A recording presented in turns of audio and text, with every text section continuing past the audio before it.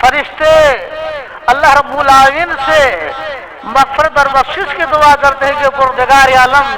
یہ تیرے بندے تیری عبادت میں مشغول ہیں، تیری ریاضت میں مشغول ہے، کوئی تسبیح تحلیل کر رہے ہیں، کوئی ذکر و اذکار کر رہے ہیں، کوئی تیری بڑائی اور بزرگی بیان کرنے میں مصروف اور مشغول ہے، کوئی قرآن کی تلاوت کر رہے ہیں، کوئی نوافل اور فرائض کا جو ہے اہتمام کر رہے ہیں۔ یہ تیرے بندے تیری عبادت میں پوری رات جو ہے گزار رہے ہیں۔ یہ فرشتے اللہ رب العالمین سے اس دن بیدار ہونے والے، جاگنے والے، شب قدر کا اہتمام کرنے والے، مقدر ماہ رمضان میں بنا لو آج موقع ہے،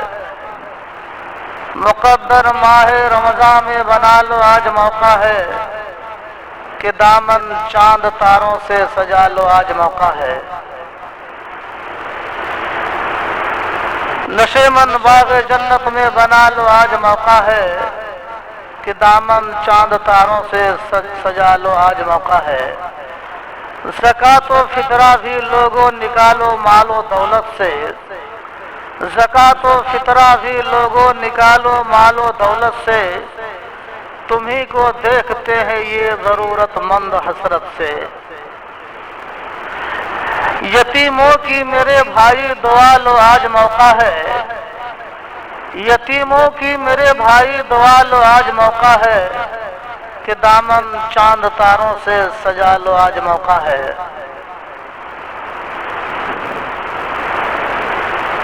حاضرین جمعہ، اللہ رب العالمین کی مختصر سی تعریف کے بعد ہماری رشد و ہدایت کے لیے بھیجے گئے تمام پیغمبران اسلام، بالخصوص ہمارے آخری نبی تاجدار بطحہ سپہ سالار بدر و حنین امام کائنات محمد رسول اللہ صلی اللہ علیہ وسلم پر بے شمار درود و سلام کا نزول ہو، آمین۔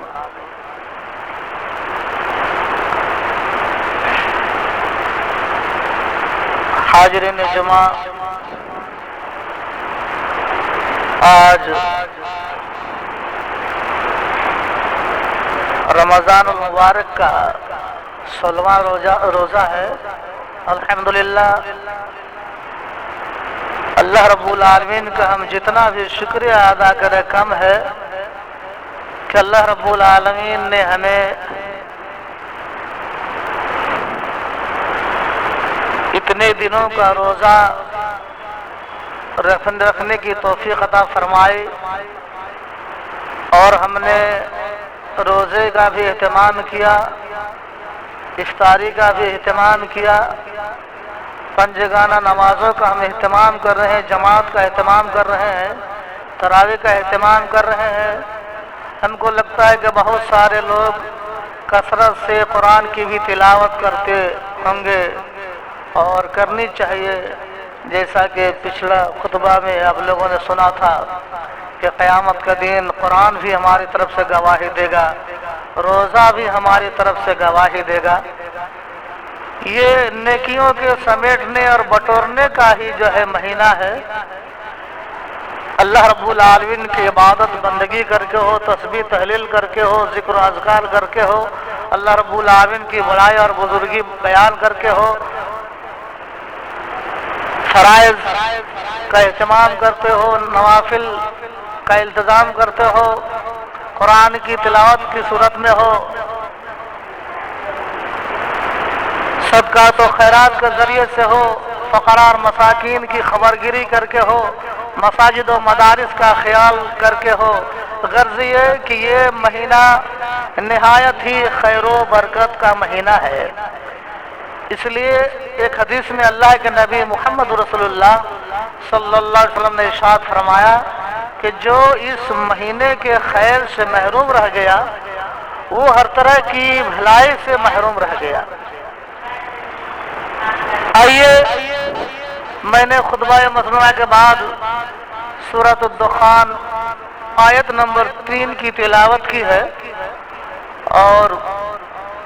کئی حدیثیں بھی آپ لوگوں کے سامنے میں نے پیش کی ہے۔ اللہ رب العالمین کا ارشاد ہے انا انزلناہ فی لیلۃ مبارکہ،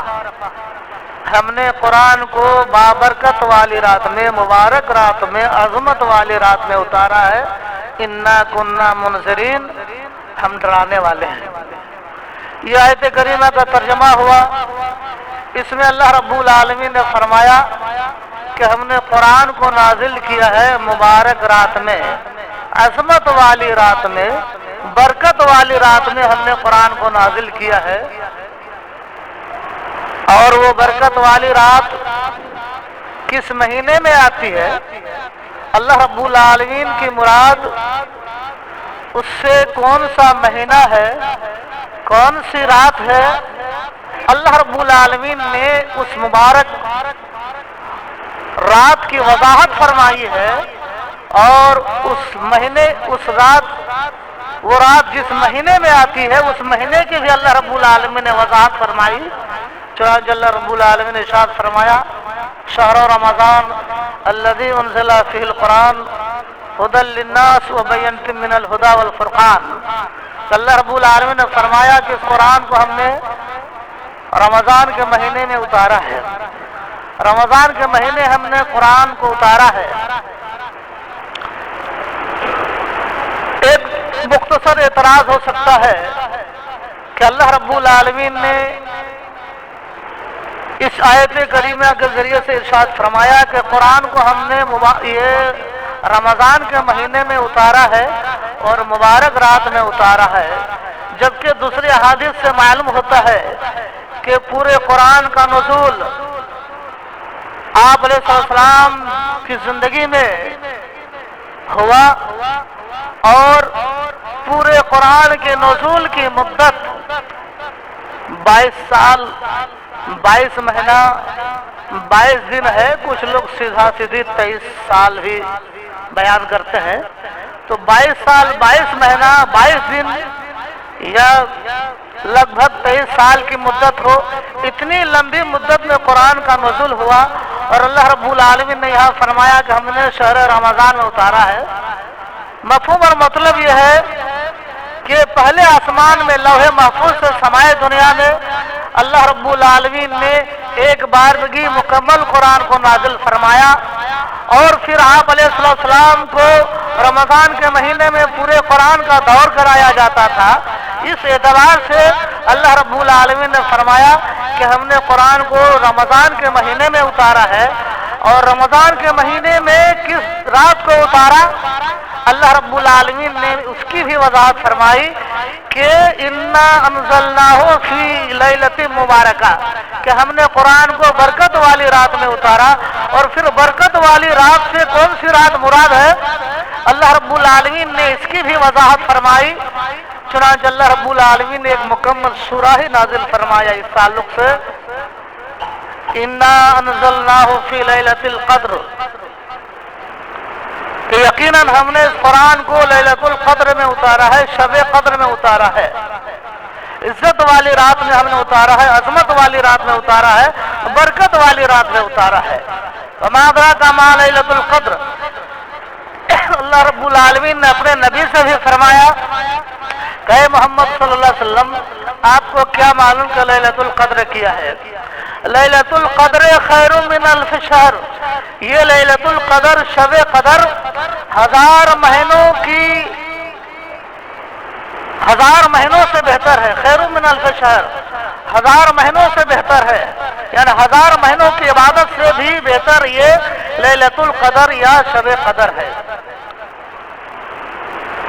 اللہ رب العالمین نے آگے فرمایا کہ لیلۃ القدر میں، شب قدر میں بے شمار فرشتوں کا نزول ہوتا ہے، اور حضرت جبریل علیہ السلام کی رہنمائی میں، ان کی قیادت میں بے شمار فرشتوں کا نزول ہوتا ہے، اور وہ فرشتے حتی مطلع الفجر، طلوع فجر تک جو ہے رہتے ہیں۔ ان فرشتوں کی ڈیوٹی رہتی ہے طلوع فجر تک۔ یہ پوری رات بے شمار فرشتے اللہ رب العالمین کی عبادت بندگی کرنے والوں کے حق میں دعائیں کرتے ہیں تسبیح تحلیل کرنے والے، ذکر و اذکار کرنے والے، تراویح کی نماز میں مشغول ہونے والے، قرآن کی تلاوت میں مصروف رہنے والے تمام عابد و زاہد اللہ رب العالمین کے نیک اور صالح مخلص بندوں کے لیے وہ فرشتے بخشش کی، مغفرت کی، رحمت کی، خیر کی، برکت کی دعا کرتے ہیں،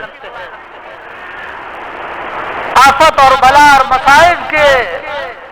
ختم ہو جانے کی دعا کرتے ہیں، دور ہو جانے کی دعا کرتے ہیں۔ فرشتے اللہ رب العالمین سے مغفرت اور بخشش کی دعا کرتے ہیں کہ پروردگار عالم یہ تیرے بندے تیری عبادت میں مشغول ہے، تیری ریاضت میں مشغول ہے، کوئی تسبیح تحلیل کر رہے ہیں، کوئی ذکر و اذکار کر رہے ہیں، کوئی تیری بڑائی اور بزرگی بیان کرنے میں مصروف اور مشغول ہے، کوئی قرآن کی تلاوت کر رہے ہیں، کوئی نوافل اور فرائض کا جو ہے اہتمام کر رہے ہیں۔ یہ تیرے بندے تیری عبادت میں پوری رات جو ہے گزار رہے ہیں۔ یہ فرشتے اللہ رب العالمین سے اس دین بیدار ہونے والے، جاگنے والے، شب قدر کا اہتمام کرنے والے ان تمام کے حق میں اس طرح کی مغفرت اور بخشش کی فرشتے دعائیں کرتے ہیں۔ اس لیے اللہ کے نبی محمد رسول اللہ صلی اللہ علیہ وسلم نے ارشاد فرمایا کہ شب قدر کو زیادہ سے زیادہ اللہ رب العالمین کی عبادت بندگی میں، تسبیح تحلیل میں، ذکر و اذکار میں، قرآن کی تلاوت میں، نوافل کی ادائیگی میں جو ہے گزارنا چاہیے۔ ایک حدیث میں آپ علیہ السلام نے ارشاد فرمایا کہ شب قدر کو آخر عشر کی پاک راتوں میں تم تلاش کرو۔ حضرت ابو ہریرہ رضی اللہ تعالیٰ عنہ راوی حدیث بخاری کی روایت ہے، آپ علیہ السلام نے فرمایا تحروا لیلۃ القدر فی الوتر من العشر الاواخر من رمضان، کہ میری امت کے لوگوں لیلۃ القدر کو، شب قدر کو، برکت والی رات کو آخر 10 دنوں کی پاک راتوں میں، بیجوڑ راتوں میں تم تلاش کرو۔ 21ویں، 23ویں، 25ویں، 27ویں، 29ویں ان پاک راتوں میں تم شب قدر کو تلاش کرو۔ ایسی کوئی خاص علامت اور پہچان نہیں ہے۔ ایسے اللہ کے نبی محمد رسول اللہ صلی اللہ علیہ وسلم نے ارشاد فرمایا کہ جو حقیقت میں شب قدر ہوتی ہے، لیلۃ القدر ہوتی ہے، اس دن سورج جب طلوع ہوتا ہے تو اس کی روشنی کچھ کم ہوتی ہے، اس کی روشنی بہت تیز نہیں ہوتی ہے۔ اس دن سورج طلوع ہونے کے وقت دھوپ بہت تیز نہیں ہوتی ہے، بہت کڑوی دھوپ نہیں ہوتی ہے، مدھم جو ہے انداز کی وہ دھوپ ہوتی ہے، اس کی روشنی بہت کم ہوتی ہے۔ اور کبھی کبھار شب قدر میں بارش بھی ہو جاتی ہے، یہ اتفاق کی بات ہے۔ تو یہ آپ علیہ السلام نے کچھ علامتیں جو ہے شب قدر کی بیان فرمائی، لیکن خود اللہ کے نبی علیہ السلام بھی حدیث میں آتا ہے کہ بھلا دیے گئے کہ حقیقت میں وہ شب قدر کون سی شب قدر ہو سکتی ہے، 21ویں یا 23ویں یا 25ویں یا 27ویں یا 29ویں، اللہ رب العالمین نے اس کی وضاحت نہیں فرمائی۔ تو آپ علیہ السلام نے بھی اپنی امت کو اس کی وضاحت نہیں فرمائی۔ اگر وضاحت کر دی جاتی اور متعین کر دیا جاتا کہ 21ویں شب قدر ہی حقیقت میں شب قدر ہے، تو 23ویں اور 25ویں اور 27ویں اور 29ویں کو لوگ نہیں جانتے۔ کسی بھی شب قدر کی اگر تعین کر دی جاتی تو یہ امت محمدیہ کے اندر سستی آ جاتی، غفلت کے شکار ہو جاتے اور ایک ہی رات جو ہے عبادت کرتے، شب بیداری کرتے، اور باقی راتوں میں جو ہے ان کے اندر سستی آ جاتی، کاہلی آ جاتی، تغافل اور تساہل کے شکار ہو جاتے۔ اس لیے اللہ کے نبی علیہ السلام نے بھی اپنے امت کو اس بات کی وضاحت نہیں فرمائی کہ حقیقت میں وہ شب قدر کون سی تاریخ ہے، تاکہ امت محمدیہ پانچوں شب قدر کو جو ہے شب بیداری کرے اور اللہ رب العالمین کی عبادت اور بندگی میں اپنی پوری رات گزارے، اور اس طرح سے ایک عظیم نیکی اور ثواب کا ذخیرہ اپنے دامن میں جو ہے وہ سمیٹ سکے۔ اس لیے اس بات کی پوری وضاحت نہیں کی گئی، اور اس سے ہم کو کوئی مقصود اور مطلب ہی نہیں ہے۔ ہم کو عبادت سے مطلب ہے، ریاضت سے مطلب ہے، نیکی اور ثواب حاصل کرنے سے مطلب ہے۔ اس سورہ کی شان نزول میں بتایا جاتا ہے، مفسرین لکھتے ہیں کہ اللہ کے نبی محمد رسول اللہ صلی اللہ علیہ وسلم نے ایک مرتبہ بنی اسرائیل میں سے ایک ایسے عابد زاہد صالح اور اللہ والے نیککار آدمی کا تذکرہ کیا جنہوں نے 1000 سال تک اللہ رب العالمین کی عبادت کی تھی۔ اللہ اکبر، 1000 سال تک، اتنی لمبی مدت، اتنی طویل مدت۔ جب آپ علیہ السلام نے اس بنی اسرائیل کے اس عبادت کا ذکر کیا کہ 1000 سال تک انہوں نے اللہ رب العالمین کی عبادت اور بندگی کی، تو صحابہ کرام کو بڑی حیرت ہوئی، تعجب ہوا کہ 1000 سال تک اس امت میں 1000 سال لوگوں کی عمر ہوا کرتی تھی، کوئی 2000 سال بھی رہے ہوں گے، کوئی 1700 سال بھی رہے ہوں گے، لیکن امت محمدیہ کی عمر اللہ کے نبی محمد رسول اللہ صلی اللہ علیہ وسلم نے فرمایا کہ 60 سے 65، زیادہ سے زیادہ 100 سال۔ یہ اس امت کی عمر زیادہ سے زیادہ 65 سے 100 سال کے بیچ، تو زیادہ سے زیادہ امت محمدیہ کی عمر 100 سال۔ 100 سال عبادت کرنے کے بعد بھی کیا اس آدمی کا مقابلہ کوئی کر سکتا ہے جنہوں نے 1000 سال تک اللہ رب العالمین کی عبادت اور بندگی کی ہے؟ صحابہ کرام نے جو ہے حیرت کا اظہار کیا، تعجب کیا کہ اللہ کے نبی محمد رسول اللہ صلی اللہ علیہ وسلم، ہماری تو اتنی لمبی عمر بھی نہیں، تو ہم پوری زندگی عبادت کرنے کے بعد ہی تو ان کا مقابلہ نہیں کر سکتے۔ اللہ کے نبی اس وقت اللہ رب العالمین نے اس سورہ کا نزول فرمایا، انا انزلناہ فی لیلۃ القدر وما ادراک ما لیلۃ القدر لیلۃ القدر خیر من الف شہر۔ اللہ رب العالمین نے امت محمدیہ کو یہ گفٹ دیا، تحفہ دیا، یہ عظیم بشارت دی، یہ خوشخبری دی کہ امت محمدیہ کے لوگوں، گرچہ تمہاری عمر بہت مختصر ہے اور ہم نے تمہاری زندگی بہت مختصر بنائی ہے، لیکن یہ شب قدر، یہ ایک رات ہم نے جو تم کو عطا کیا ہے امت محمدیہ کو، اس ایک رات کی عبادت 1000 مہینوں کی عبادت کا مقابلہ کرے گی۔ یہ لیلۃ القدر، ایک رات کی بندگی، ایک رات کی عبادت و ریاضت، ایک رات کی تسبیح تحلیل، ایک رات کا ذکر و اذکار، ایک رات کی قرآن کی تلاوت، ایک رات کے نوافل اور فرائض کی ادائیگی 1000 سال کا مقابلہ کرے گی۔ یہ امت محمدیہ کو اللہ رب العالمین نے یہ اسپیشل تحفہ گفٹ جو ہے دیا۔ اللہ اکبر۔ اس لیے زہر خوش نصیب ہے وہ لوگ جو شب قدر کو پاتے ہیں، لیلۃ القدر کو پاتے ہیں اور اس کا پورا اہتمام کرتے ہیں اور اس کی عظمت و برکت سے اپنے آپ کو مستفیض کرتے ہیں۔ ایک حدیث میں آتا ہے، حضرت عائشہ رضی اللہ تعالی عنہا نے امام کائنات محمد رسول اللہ صلی اللہ علیہ وسلم سے سوال کیا، اپنے شوہر محترم سے سوال کیا امام کائنات محمد رسول اللہ صلی اللہ علیہ وسلم سے کہ امام کائنات محمد رسول اللہ صلی اللہ علیہ وسلم، اگر میں لیلۃ القدر کو پالوں، اگر میں نے شب قدر کو پا لیا، اللہ رب العالمین نے شب قدر کی اگر ہمیں توفیق عطا فرمائی پانے کی، تو میں اللہ رب العالمین سے کس چیز کا سوال کروں؟ اللہ رب العالمین سے کون سی چیز میں مانگوں؟ اللہ کے نبی محمد رسول اللہ صلی اللہ علیہ وسلم کا جواب کیا تھا، یہ سننے کے لائق ہے۔ آج ہو سکتا ہے کہ ہم اللہ رب العالمین سے مانگتے کہ اللہ تو ہمیں سونے کا پہاڑ دے دے، چاندی کا پہاڑ دے دے، دولت کا انبار دے دے، لیکن اللہ کے نبی محمد رسول اللہ صلی اللہ علیہ وسلم نے اپنی شریک حیات زوجہ محترمہ حضرت عائشہ رضی اللہ تعالی عنہا سے فرمایا کہ میری بیوی شریک حیات عائشہ، اگر شب قدر تم کو نصیب ہو جائے، لیلۃ القدر اگر تم کو نصیب ہو جائے، تو تم اللہ رب العالمین سے دعا کرنا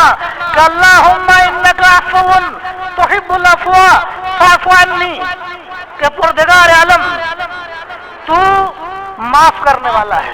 اللہ کے نبی علیہ السلام نے اپنے اپنی بیوی کو تعلیم دی سکھلایا کہ جب شب قدر تم کو مل جائے تو تم اللہ رب العالمین سے دعا کرنا کیا اللہم انکا عفو،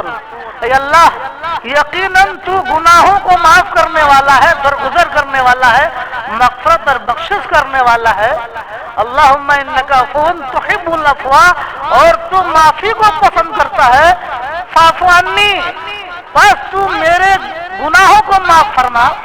میری مغفرت فرما، میری بخشش فرما، مجھے گناہوں سے پاک کر دے۔ یہ امام کائنات محمد رسول اللہ صلی اللہ علیہ وسلم نے حضرت عائشہ رضی اللہ تعالی عنہا کو یہ دعا سکھلائی۔ آپ علیہ السلام نے وہاں یہ دعا نہیں سکھلائی کہ تم اللہ سے یہ دعا کرو کہ اللہ تم میرا ایمان پختہ اور مضبوط کر دے، اللہ تم مجھے عبادت اور بندگی کی توفیق عطا فرما، اللہ تمہیں نمازی اور روزے دار بنا دے۔ یہ امام کائنات محمد رسول اللہ صلی اللہ علیہ وسلم نے تعلیم نہیں دی، بلکہ جامع تعلیم دی کہ تم اللہ رب العالمین سے مغفرت اور بخشش کی طلب کرو، اس لیے کہ اگر اللہ رب العالمین نے تمہارے گناہوں کو معاف کر دیا تو یہ فطری طور پر تمہارے اندر نماز کی صفت بھی آ جائے گی، روزے کی صفت بھی آ جائے گی، زکوٰۃ کی صفت بھی آ جائے گی، اعمال صالحہ کا ذوق فطری طور پر تمہارے اندر جو ہے پیدا ہو جائے گا، تمہارا ایمان فطری طور پر مضبوط ہو جائے گا، تمہاری زندگی عزت و شرافت کی ہوگی، تمہاری زندگی تقویٰ کی ہوگی، تمہاری زندگی یہ ایمان اور تقویٰ سے جو ہے بھرپور ہوگی۔ اس لیے اللہ کے نبی علیہ السلام نے یہ جامع دعا سکھلائی کہ تم اللہ رب العالمین سے صرف اور صرف مغفرت اور بخشش کی دعا کرو کہ اللہ تو میرے گناہوں کو معاف فرما۔ معلوم ہوا کہ کتنوں بڑا نمازی ہو، عابد ہو، زاہد ہو، اللہ والا ہو، پوری زندگی اس کو اللہ رب العالمین سے گناہوں کی مغفرت اور بخشش کی دعا کرنی چاہیے۔ اللہ کے نبی علیہ السلام نے اپنی شریک حیات کو سکھایا، اور یہ قیامت تک کے لیے آپ کی پوری امت کے لیے دعا ہے کہ جب شب قدر ہمارے سامنے آ جائے تو اس رات کو ہم کثرت سے جہاں بہت ساری دعائیں اللہ رب العالمین سے کریں، وہاں یہ دعا بھی ہم کریں کہ اللہم انکا عفو تحب العفو فاعف عنی، اللہم انکا عفو تحب العفو فاعف عنی، اللہ تو معاف کرنے والا ہے اور معاف کرنے والے کو پسند کرتا ہے، تم میرے گناہوں کو معاف فرما، میری مغفرت اور بخشش فرما۔ ہر مسلمان کو یہ دعا یاد رہنی چاہیے، اور بالخصوص روزے دار کو تو یہ دعا یاد کر ہی لینی چاہیے، اس لیے کہ کئی دن کے بعد ہمارے سامنے پہلی شب قدر آنے والی ہے۔ اللہ رب العالمین سے ہم دعا کریں، اور پہلے سے ہی ہے اس رات کو ہم کمر بستہ ہو کر خالص اللہ رب العالمین کی رضا اور خوشنودی حاصل کرنے کے لیے عبادت بندگی کریں گے۔ پہلے سے ہی ہم اللہ رب العالمین سے اس طرح کی دعا کریں، اس کی توفیق مانگیں۔ تو یہ اتنی باتیں تھی قرآن کے نزول کے تعلق سے۔ حدیث میں آتا ہے اللہ کے نبی محمد رسول اللہ صلی اللہ علیہ وسلم نے ارشاد فرمایا کہ بنی الاسلام علی خمس، اسلام کی بنیاد 5 چیزوں پر رکھی گئی ہے: توحید، نماز، روزہ، حج، زکوٰۃ۔ یہ 5 ارکان ہیں، ارکان اسلام 5 ہیں۔ ہر مسلمان کو یاد رہنا چاہیے کہ ارکان اسلام 5 ہے: توحید، نماز، روزہ، حج، زکوٰۃ۔ سارے لوگ قریب ہم لوگ ادا کرتے ہیں، نماز بھی پڑھتے ہیں، توحید کے ہم قائل بھی ہیں، روزہ بھی رکھ رہے ہیں، زکوٰۃ کے جو لائق ہے وہ لوگ زکوٰۃ بھی دیتے ہیں، جو حج کرنے کے لائق ہیں وہ حج بھی کرتے ہیں۔ تو یہ بہت مشکل چیز نہیں ہے ان 5 چیزوں کو یاد رکھنا۔ تو جس طرح سے توحید کے بعد نماز فرض ہے، اسلام کا ایک رکن ہے، اسی طرح سے روزہ بھی اسلام کا ایک رکن ہے، حج بھی اسلام کا ایک رکن ہے، زکوٰۃ بھی اسلام کا ایک رکن ہے۔ جس طرح نماز فرض ہے، جس طرح روزہ فرض ہے، جس طرح مالداروں کو حج فرض ہے، ویسے ہی مالداروں کو زکوٰۃ ادا کرنے بھی فرض ہے۔ اگر کسی کو اللہ رب العالمین نے صاحب نصاب بنایا ہے، مال و دولت سے نوازا ہے، روپے پیسے سے نوازا ہے، اور اتنی دولت اور اتنا مال اللہ رب العالمین نے اس کو عطا کیا ہے، وہ زکوٰۃ کی ادائیگی کر سکتا ہے۔ تو زکوٰۃ بھی اسلام کا ایک رکن ہے، ایک فریضہ ہے، ایک بنیادی رکن ہے۔ اس لیے زکات کا ادا کرنا بھی صاحب نصاب والوں کے لیے ضروری اور فرض ہے۔ ابو بکر صدیق رضی اللہ تعالیٰ عنہ نے جب وہ خلیفہ بنے تو انہوں نے اعلان کیا کہ جتنے لوگ امام کائنات محمد رسول اللہ صلی اللہ علیہ وسلم کے زمانے میں زکات کا مال جمع کرتے تھے، بہت سارے لوگ آپ علیہ السلام کے انتقال کے بعد زکات دینا جو ہے بند کر دیا، لوگوں نے زکات دینے سے انکار کر دیا۔ ابو بکر صدیق رضی اللہ تعالیٰ عنہ نے بمانگ توحل اعلان کیا تھا کہ نبی علیہ السلام کی خدمت میں جو لوگ زکات کا مال جمع کرتے تھے، اگر آپ علیہ السلام کے انتقال کے بعد کوئی ایک رسی کے برابر بھی زکات کا مال روک لیتا ہے تو میں اس سے قتال کروں گا، جہاد کروں گا، لڑائی کروں گا، یہاں تک کہ ایک رسی کے برابر بھی زکات کا مال اس کے پاس اگر ہے تو وہ اللہ رب العالمین کی راہ میں جمع کر دے، فنڈ میں جمع کر دے، بیت المال میں جمع کر دے۔ یہ اتنی تاکید آئی ہے اس لیے کہ زکات بھی اسلام کا ایک اہم رکن ہے، اس لیے صاحب نصاب کو زکات ادا کرنی چاہیے۔ بہت سارے لوگ اس مہینے میں کثرت سے مال و دولت کی قربانی کرتے ہیں، زکات ادا کرتے ہیں، اور میں نے اپنے زندگی میں دیکھا ایک پیسے والے کو، ایک مہاجن کو، ایک مالدار کو کہ بہت سارے علماء کرام پہنچے ہوئے ہیں ان کے دربار میں، اور باقاعدہ یہ روپیوں کی گڈی تھوک لے کر کے جو ہے بیٹھا ہوا ہے، اور سارے لوگوں کو وہ زکات کا مال جو ہے تقسیم کر رہا ہے، بانٹ رہا ہے۔ یہ آسنسول کی میں بات کر رہا ہوں، اس دولت کو بینک میں جمع رکھ سکتا تھا، اپنے کھاتے میں رکھ سکتا تھا، باپ کے نام پر، بھائی کے نام پر، بیٹے کے نام پر، بیٹی کے نام پر، بہن کے نام پر، پوتا کے نام پر، پوتی کے نام پر، داماد کے نام پر، وہ ساری دولت کو بینک میں رکھ سکتا تھا، لیکن میں نے اپنی آنکھوں سے دیکھا